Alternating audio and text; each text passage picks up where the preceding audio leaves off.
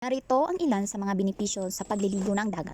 Nakakapag-relax. Ang tubig dagat ay may mga mineral tulad ng magnesium at potassium na nakakatulong sa pagpahinga ng katawan at pagbawas ng stress. Nakakapaglinis ng balat.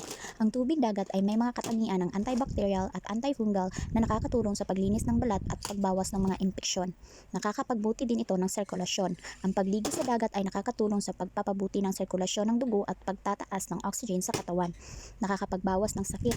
Ang tubig ay may mga katangian na anti-inflammatory na nakakatulong sa pagbawas ng sakit at pamamaga. Nakakapagpabuti din ito sa kalusugan ng isipan. Ang pagligo sa dagat ay nakakatulong sa pagpabuti ng kalusugan ng isipan at pagbawas ng mga simptomas ng depresyon at pagkabalisa. Pero dapat tandaan, siguraduhin na ang tubig dagat ay malinis at ligtas para sa pagligo. Mag-ingat sa mga alon at agos ng tubig sa dagat. Huwag maligo na dagat kung may mga sugat o impeksyon sa balat. Magdala din ng mga gamit tulad ng sunscreen, tubig at pagkain upang maiwasan ang dehydration at gutom. Ang pagligo sa dagat ay isang mahusay na paraan upang mag-relax at magpahinga, ngunit siguraduhin na sumusunod ka sa mga safety precaution at guidelines.